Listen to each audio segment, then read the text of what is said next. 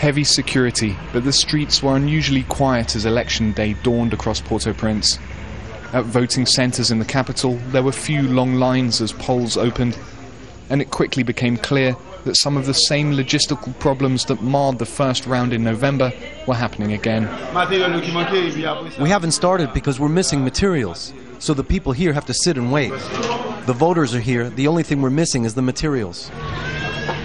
Elsewhere, at one of the largest camps in Haiti, home to more than 8,000 people, there were just 40 names on the voter list.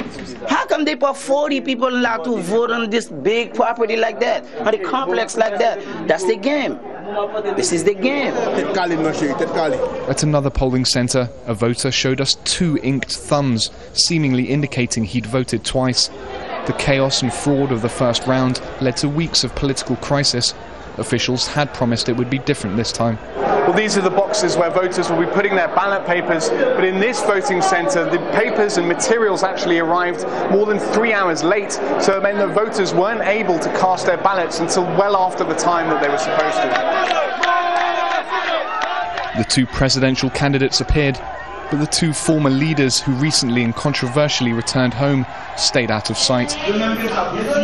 But as the polls closed, the apparent low turnout could well be the biggest concern for whoever wins and tries to build a government to tackle Haiti's immense problems. Sebastian Walker, Al Jazeera, in Port-au-Prince, Haiti.